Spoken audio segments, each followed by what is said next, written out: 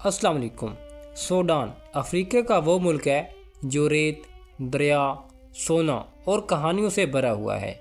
लेकिन आज नवंबर 2025 में ये सरजमीन सिर्फ कुदरती हुस्न का नहीं बल्कि इंसानों के सब्र का इम्तिहान बन चुकी है। जहाँ एक तरफ सोना ज़मीन की गहराइयों से निकल रहा है, वहीं दूसरी तरफ खून मिट्टी में जज़ब हो रहा है। दारफुर, खुर्तम और शुमाली कुर्दफान हर जगह एक ही सदा, जंग, भूख और बका।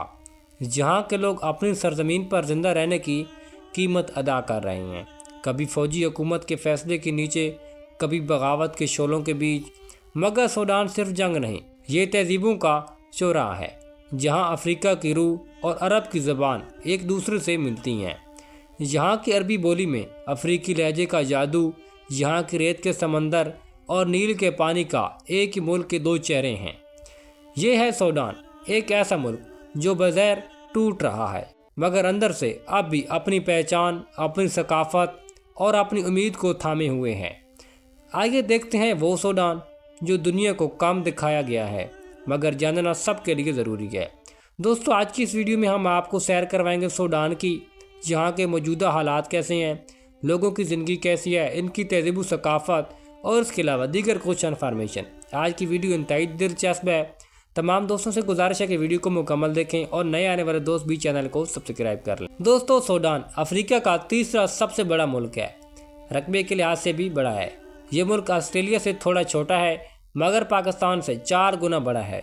यहाँ तकरीबन 4 करोड़ लोग बसते हैं जो मुख्तलिफ नस्लों, कबाइल और ज़बानों से ताल्लुक़ रखते हैं।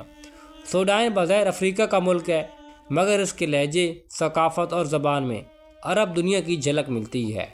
यहाँ अरबी बोली जाती है मगर अफ्रीकी अंदाज में। सूडान को अक्सर अरब और अफ्रीका की संगम के तौर पर भी जाना जाता है। मशरक़ में बहराए अहमर, रेड सी की लहरें, मगरब में दारफुर के पहाड़ और दरमियान में बहता हुआ नील दरिया, ये सब मिलकर सूडान को कुदरती हुस्न का एक ख़जाना बनाते हैं। मगर आज नवंबर 2025 में ये सरजमीन फिर से सोर्दिश में है। फ़ौजी हुकूमत और बागी ग्रुपों के दरमियान लड़ाइयाँ तेज़ हो चुकी हैं। दारफुर, अल जनीना और अल फजर के इलाके तबाह हो चुके हैं। हज़ारों लोग बेघर और लाखों अपने घरों से निकलने पर मजबूर हैं।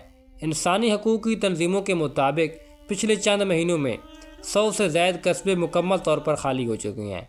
खाने पीने की किल्लत, बिजली की कमी और अद्वियात का फुकदान है ज़िंदगी को एक ऐसा मुसलसल आजमाइश बना चुके हैं।